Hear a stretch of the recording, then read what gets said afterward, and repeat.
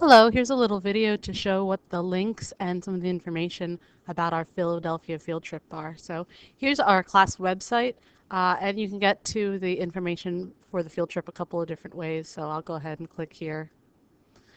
So here we have a write-up of where we're going, and we're going to the National Constitution Center, we're going to the Liberty Bell, and we're going to Independence Hall. There's a pre-trip assignment that all students have to complete. I have two choices. Here's one for grades 7 to 9, and then here's ones for grades 10 through 12. It's a pretty easy assignment that you complete on the internet. I would imagine that it'll take about 25 minutes for most students.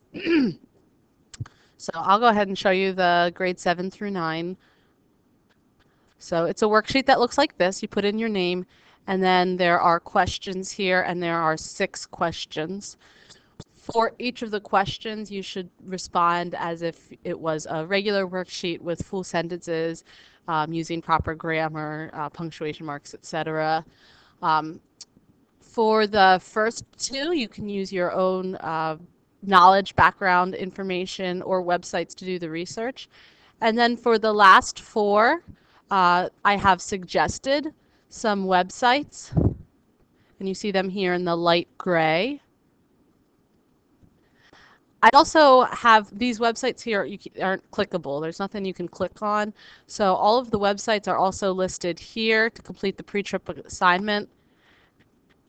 I'll just go ahead and show you them very quickly. This is a website that's actually for medical students, so it's written at a very high level. There's a good background summary of the Continental Congress, the U.S. Constitution.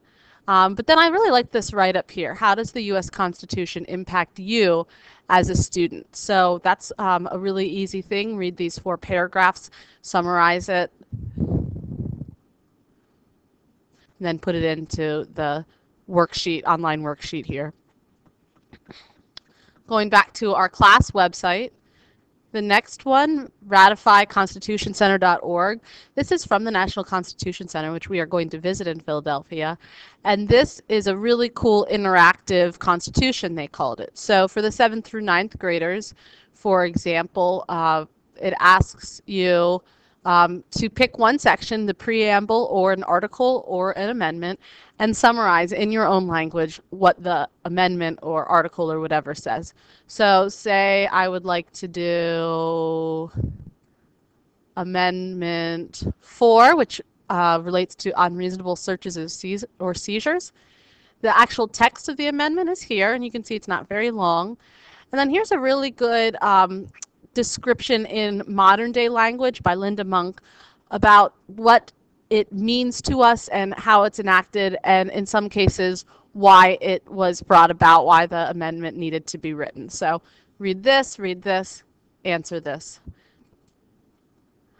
And then another website that I included and I think is really great is just some interesting questions and answers from the archives. This is a government website.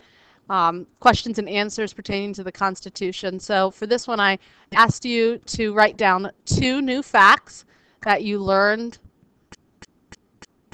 and you thought were interesting. So maybe you think maybe you are interested in the exact measurements of the original Declaration of Independence, which is 29 7/8 of an inch by 24 7/16 of an inch. 4 sheets for the Constitution, 28 3/4 of an inch by 23 5/8. So there's all these interesting facts. You can just kind of read down through the questions, find 2 that you think are interesting, summarize them. This gives us some information on the Liberty Bell. I'll go ahead and show you this site.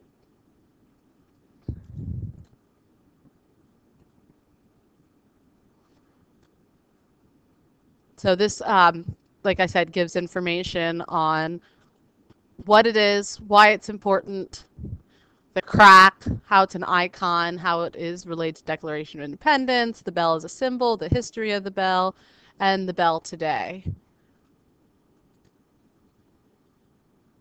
Here's an opportunity to look at a virtual Liberty Bell, and you can move it around and kind of look at the different sides. So so there it is, and we'll get a chance to see this in person. And there is the infamous crack.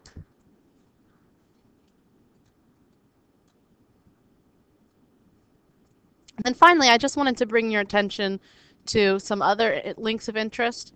Here is the Delegates Cafe, and this is where we will be eating lunch. So just so you know exactly what type of food there is and how much money you might need to bring, here's a listing of here's salads. They have soup of the day.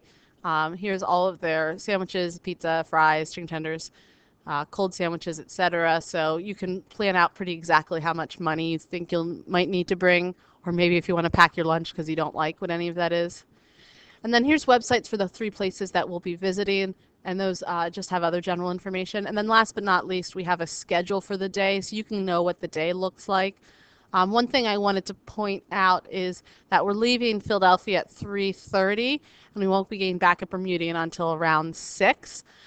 So you might want to pack an afternoon snack since we won't be getting back in time for an early dinner or anything like that. So that's basically how to get ready for the field trip, the work you need to do, what you need to look at. And I'm looking forward to going there with everyone.